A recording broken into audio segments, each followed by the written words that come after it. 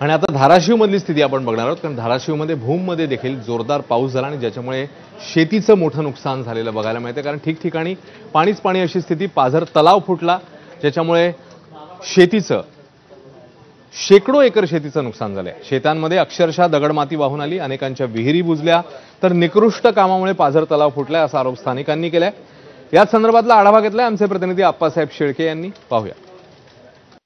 धाराशिवच्या भूमी येथे पाझर तलाव फुटल्यानं शेकडो एकर शेतजमीन बाधित झालेली आहे। आपण पाहू शकतात माझ्या पाठीमागं ही नदीकाठची जमीन आहे, सुपीक जमीन होती, मात्र पाझर तलावातून जे दगडगोटे आले त्यामुळे अक्षरशः यामध्ये दगडगोट्यांचा खच झालाय आणि उभं पीक देखील या सोयाबीनचं यामध्ये वाहून गेलेलं आहे। सोयाबीनचं पीक तर हातचं गेलेलं आहे, पुढे शेती कशी करायची हा देखील यामुळे शेतकऱ्यांसमोर प्रश्न आहे। इथले काही शेतकरी आपल्या सोबत आहेत। तलावाच्या पाण्यानं या परिसरामध्ये किती नुकसान झाले, किती गावात किती शेतकऱ्यांचे? अंदाजे या तलाव फुटल्यानं 100 ते 150 हेक्टरवरील सर्व शेतीचं नुकसान झालंय। याच्यामध्ये काढायला आले, आपण बघू शकता काढायला आलेली सोयाबीन सगळी वाहून गेली आणि काढणं योग्य राहिलेलं नाही, त्याच्यासोबत जमिनीतली माती सुद्धा वाहून गेली। आतापर्यंत आम्ही वारंवार तलाठी असेल, ग्रामसेवक असेल यांना फोन करून विनंती करून फोन करून कंटाळलो, तरी आतापर्यंत या बांधावर कुणीही शेतकरी आलेला म्हणजे शेतकऱ्याकडे कुणीही प्रशासनाचा माणूस आलेला नाही।